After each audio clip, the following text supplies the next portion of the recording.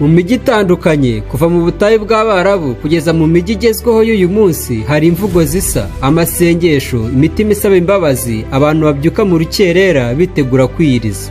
Ese wigeze wibaza uti ni hehe byatangiriye? Niki cyatumye ukwezi kumwe mu mwaka kuba ukwezi kudasanzwe ku bayisilamu barenga miliyari ku isi?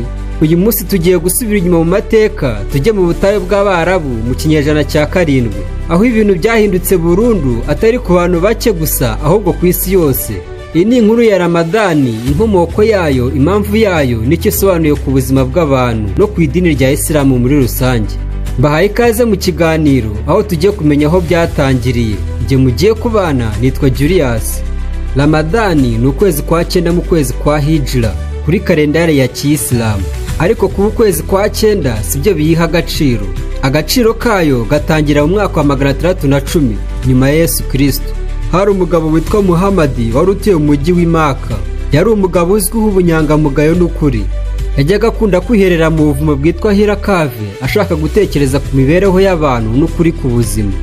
Mu ijoro rimwe ridasanzwe ryo mu kwezi kwa Ramadani, marayika Jibrili yamugenderera yamubwira ati soma Ikra. Aho niho igitabo gitagatifu cya Korani cyatangiriye kumanurwa. Niyo mpamvu Ramadani ifatwa nk'ukwezi Korani yatangiriye kumanuka, ukwezi k'urumuri n'ubuyobozi.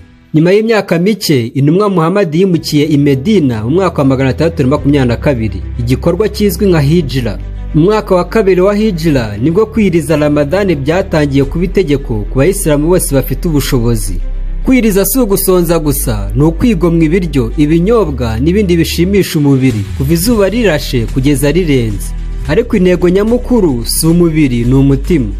Intego nyayo y'igisibo cya Ramadani ni igihe cyo kwezwa mu mutima, gusaba imbabazi, kwiyegereza Allah, kugira impuhwe no gufasha abakene. Iyo umuntu ashonje amenya uko abakene babayeho. Iyo unyotewe wumva akamaro k'amazi. Igisibo cya Ramadani cyigisha kwihangana, kwicisha bugufi no kwiyubaka mu buryo bw'umwuka. Mu minsi 10 ya nyuma ya Ramadani habamo ijoro rimwe ridasanzwe. Iryo joro baryita Laylatul Qadr, ijoro ry'iteka. Ni ijoro rivugwa ko rifite agaciro kuruta imyaka 1000. Ni ijoro ryo gusenga cyane, gusaba imbabazi no gusaba impinduka mu buzima.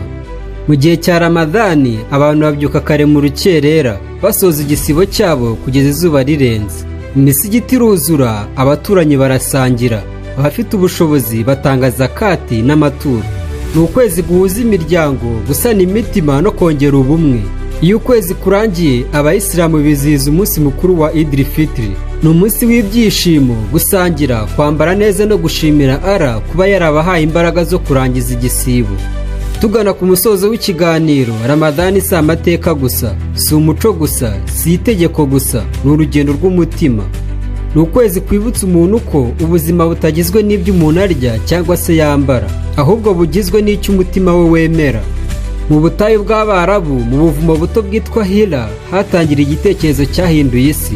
Uyu munsi nyuma y'imyaka irenga 1400, abantu baracyabyuka mu rukerera, baracyiyiriza, baracyasenga. Ramadani iracyari ukwezi k'urumuri mu mwijima w'isi. Ese wowe niki wakwiyemeza muri iyi Ramadani turimo? Niki wakwiyemeza muri Ramadani y'ubutaha? Niki wahindura mu buzima bwawe? Kuko Ramadani iza buri mwaka, ariko amahirwe yo guhinduka aza gusa iyo umutima wabyemeye. Ndabashimiye kuba mwaraduteze amatwi, kandi ntiwibagirwe gukora subscribe, share ndetse na comment. Njye mwabanye mu kiganiro ndi Julius. Uburame, ubugingo, amafaranga bibandebera icyoroshye. Igisibo cyiza ku Bayisilamu.